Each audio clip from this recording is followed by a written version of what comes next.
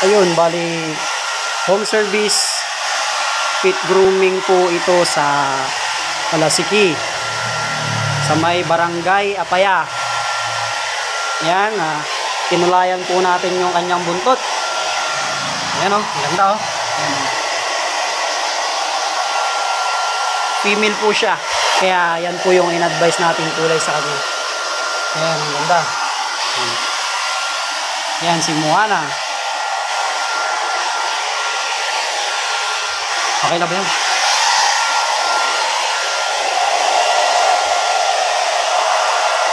Bel, ayos lang.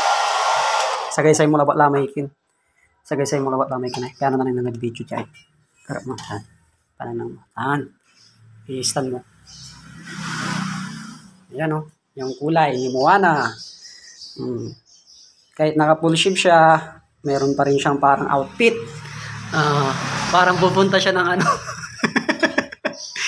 Party! Ayan po.